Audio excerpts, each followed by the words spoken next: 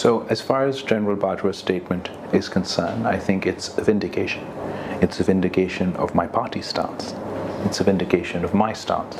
The first day when I stood up when Mr. Khan was elected Prime Minister, and I spoke in the National Assembly and I said that this is not a Prime Minister-elect, this is a Prime Minister-select.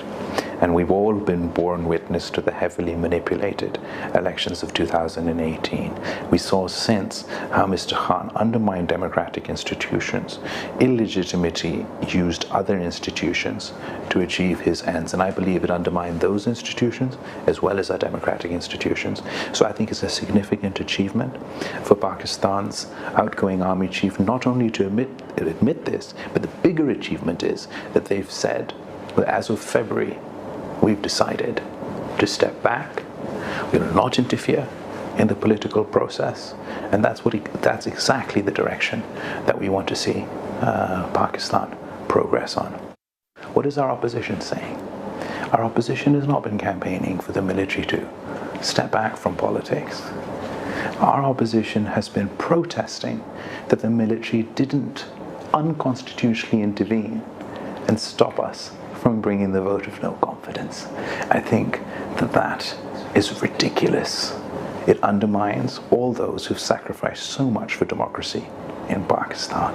And if Khan wants to be a politician, play the Democrat, he better start acting like one. The challenges that we're facing right now. Number one, when we came into power, it was not our deal with the IMF, it was Mr. Khan's deal with the IMF. When he saw that he was going to lose his vote of no confidence, he unilaterally not only left that deal, but literally set alight our economy on his way out with unfunded subsidies that pushed Pakistan for the first time in our history to the brink of default. And through the first 6 months of this government, Mr. Sharif and his financial team took incredibly difficult economic decisions in the face of all this political backlash and pressure, because we're committed to serious economic reform. We want to deliver for the people of Pakistan. He took those decisions, re-engaged with the IMF.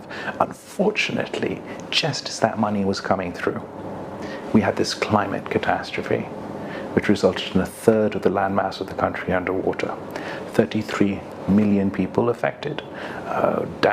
Loss and damage of more than $30 billion. It's like 10% of our GDP. So obviously, right now, we are in a difficult and economic situation. I'm confident that the Prime Minister and his finance team, in addition to the support of all his allies, will be able to pull us out of these acutely difficult economic times.